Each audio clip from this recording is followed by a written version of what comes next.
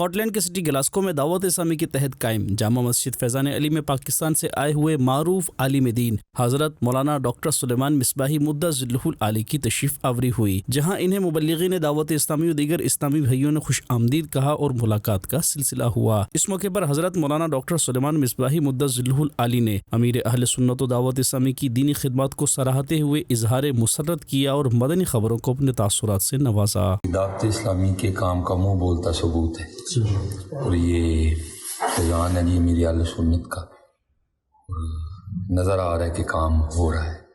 اللہ اس کام کو اور بڑھائے، اس کام میں اللہ اور برکتیں دی، آگے ماشاءاللہ بڑھا۔ اکثر و بیشتر اللہ حاضری کی توفیق دیتا ہے، کیونکہ میرا تو دعوت اسلامی سے قلبی تعلق ہے، میرے اہل سنت سے میرا ایک جو ہے نا وہ دلی لگاؤ ہے، اور انہوں نے کام بھی بڑا کیا ہے اہل سنت کے لیے، ہر پلیٹ فارم پہ کام کیا ہے۔ اور آج جب ادھر گلاسگو میں آئے ہیں اور ماشاءاللہ مسجد دیکھی، اور پھر خوشی اس بات کی مزید ہوئی ہے کہ مسجد کا نام بھی ہے فیضان علی۔ فیضان علی جو ہے نا دعوت اسلامی اہل بیت اطہار پنجتن پاک کی محبتیں بھی بانٹ رہی ہے، یہ مسجد کا نام ہی فیضان علی ہے۔ تو ہماری یہ جو اہل بیت سے عقیدتیں ہیں، صحابہ سے محبتیں ہیں، اللہ سلامت رکھے۔ اور ہم تو آگے بھی کہتے ہیں دعوت اسلامی تیری دھوم مچی، تو مچی بھی ہے تو انشاءاللہ مزید مچے گی۔ بظاہر امیر اہل سنت نہیں کبھی لندن میں آئے، لیکن کام دیکھو کتنا ماشاءاللہ۔